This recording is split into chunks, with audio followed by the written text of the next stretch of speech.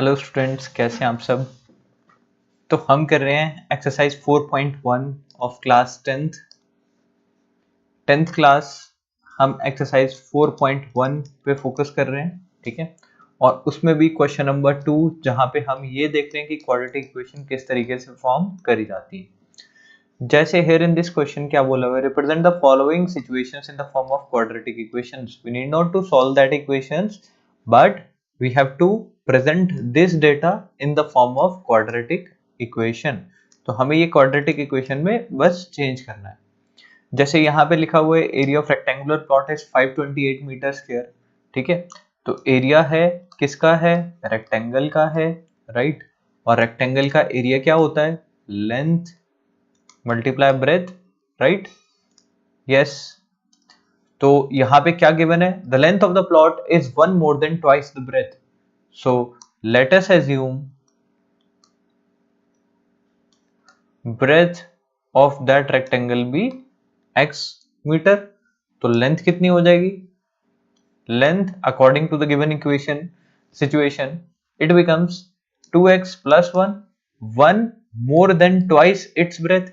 दो गुने से एक ज्यादा, तो ये बनेगा 2x plus 1। तो हमें is equal to length multiply breadth is equal to क्या होता है, एरिया। तो हम इक्वेशन फॉर्म करेंगे x multiply 2x plus 1 is equal to 528 metre square, right. तो here it becomes 2x square plus x is equal to 528 metre square and 2x square plus x minus 528 is the quadratic equation. तो ये मेरे पास क्या बन के आएगी, मेरी क्वाड्रेटिक इक्वेशन, राइट। तो क्वाड्रेटिक इक्वेशन क्या होती है, any equation which can be written in the form of ax square plus b of x plus c where a cannot be equal to 0। हर एक इक्वेशन जो ax square plus bx plus c की form में लिखी जा सके जहां पे a equal to 0 ना हो, उसे हम क्वाड्रेटिक इक्वेशन कहते हैं, राइट। सो इस क्वेश्चन के लिए ये बनेगी हमारी क्वाड्रेटिक इक्वेशन। आइए चलते हैं नेक्स्ट क्वेश्चन के ऊपर। ये रहे बाकी के question. The product of to consecutive positive integer is 306, ठीक है ना। तो दो पॉजिटिव इंटीजर्स हैं, राइट। तो एक इंटीजर को x मान लेते हैं। कंसेक्यूटिव का मतलब क्या होता है, उसी से एक ज्यादा, साथ वाले, राइट। तो अगर एक x होगा, दूसरा इंटीजर क्या होगा, x प्लस 1, और दोनों का प्रोडक्ट मतलब मल्टीप्लाई कितना है, 306, right. Find the integers find करने की जरूरत नहीं है, we just have to represent this data in the form of quadratic equation. तो ये बनेगा एक्स स्क्वायर प्लस एक्स, ये इस हटा के क्या बन जाएगा, minus 306 is equal to 0, yes.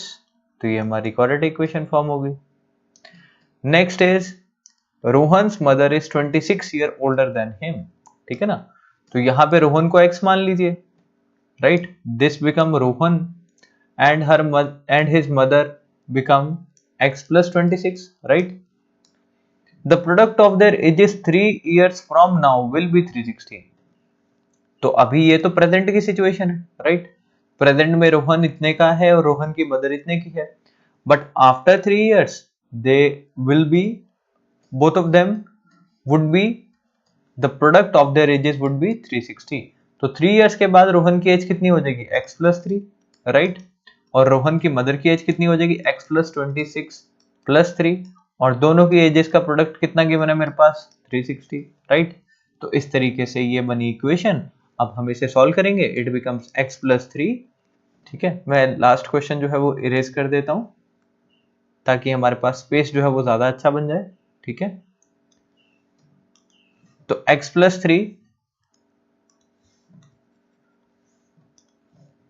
x plus 3 multiplied with x plus 29 it becomes 360। तो जब भी ऐसे मल्टीप्लाई करना हो तो पहले फर्स्ट चीज को इन दोनों के साथ मल्टीप्लाई करते हैं, here it becomes x square plus 29x।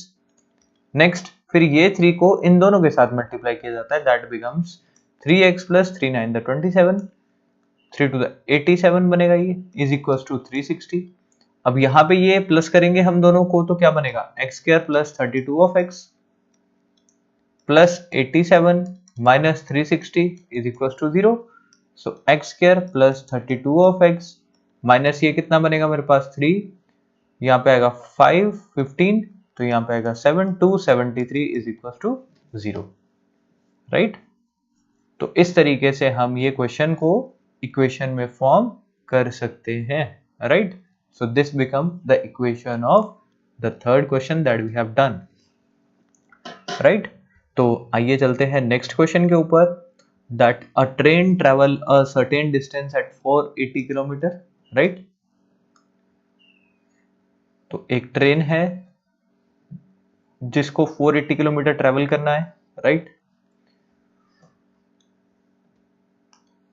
A train travel a distance of 480 kilometre at a uniform speed, ठीक है।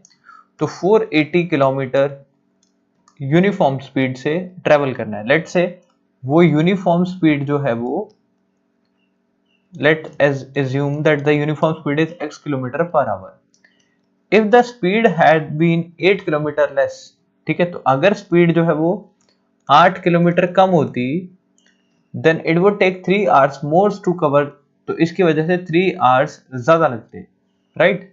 तो किस तरीके से रिप्रेजेंट करेंगे इस इंफॉर्मेशन को, सबसे पहले तो आपको ये पता होना चाहिए कि टाइम क्या होता है। Time is equal to distance upon speed. Distance upon speed होता है हमारे पास टाइम, राइट। तो डिस्टेंस कितना है 480, राइट। तो अगर मैं स्पीड कम करूंगा तो टाइम ऑब्वियसली ज्यादा लगेगा, यस।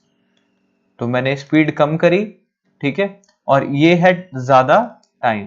इसमें से कम टाइम दैट इज x, इसे सब्ट्रैक्ट करूंगा तो मेरे पास टाइम का डिफरेंस आ जाएगा 3।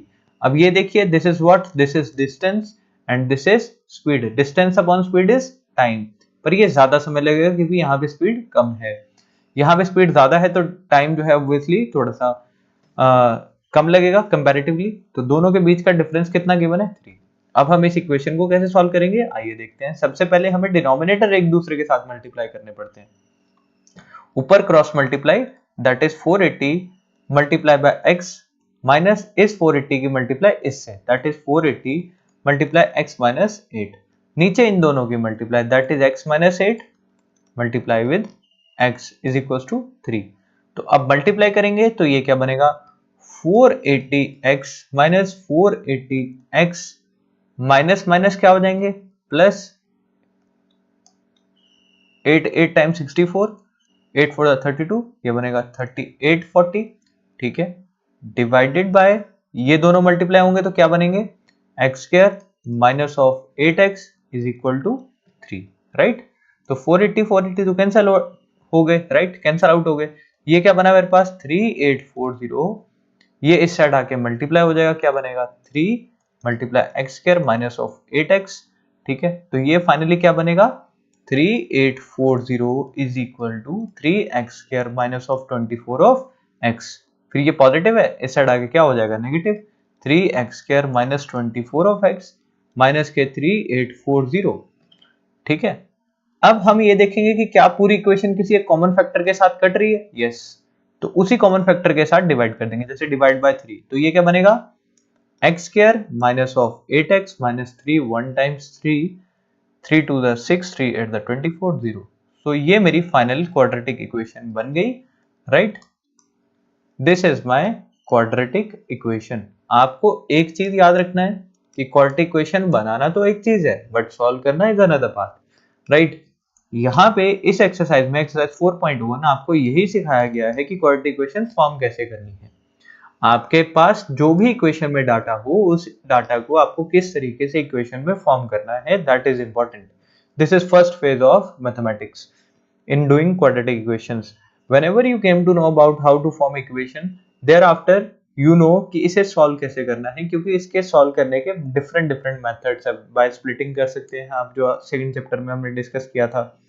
बट अगर स्प्लिटिंग से नहीं आंसर आ रहा तो आप इससे भी कर सकते हैं, बाय क्वाड्रेटिक फॉर्मूला यूजिंग, जो हम नेक्स्ट एक्सरसाइज में करेंगे, आपको समझाएंगे उसके बारे में। बट इस एक्सरसाइज का मेन जो मोटिव है वो आपको ये समझाना है कि क्वाड्रेटिक इक्वेशन फॉर्म कैसे होती है, ठीक है। स्टेप बाय स्टेप क्वेश्चन कैसे होते हैं, किस तरीके से क्वेश्चन को करना है, बस आपको ये सीखना है और गलतियों से बचना है, राइट। तो इस तरीके से आप क्वेश्चंस को फॉर्म करेंगे और सॉल्व करने की कोशिश करेंगे, राइट। सो नेक्स्ट एक्सरसाइज में हम ये देखेंगे कि क्वाड्रेटिक फॉर्मूला किस तरीके से हम लगाते हैं और कैसे हम इन्हें सॉल्व कर सकते हैं, right? So God bless you all guys, see you in the next video.